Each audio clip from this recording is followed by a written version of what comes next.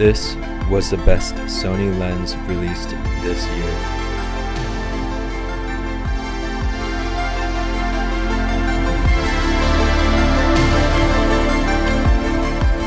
I think this is the most useful lens I've ever purchased. It has stayed with me on my trip through Japan pretty much 90% of the time I was there, even though I brought 4 other lenses with me.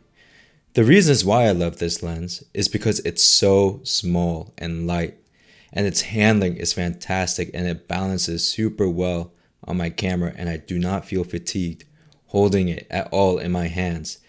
Image quality is literally indiscernible from some of my G Master lenses, and the power zoom can give you some really cool effects while you're out shooting video.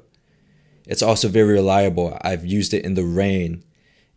It's been tossed around in my backpack. I've never had an issue with the zoom or any of the functions of the camera with this lens on top of it.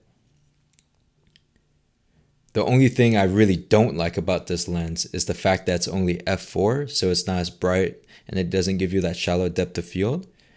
But in reality, if you're really careful with composing your shots, you don't need to shoot wide open all the time, especially since I paired this with my Sony a7S III, and it has great high ISO performance, so I don't really need the extra light. The price of this lens is actually pretty steep at $1,200, and there are all other alternatives out there. There's the 17-28 Tamron, which is an f2.8 lens. There's also a Sigma f2.8 lens, but that only goes 16-28 as well. This is the only f4 16-35 that I would recommend for the Sony system. There is the Zeiss one, but it is very old and it does feel very outdated.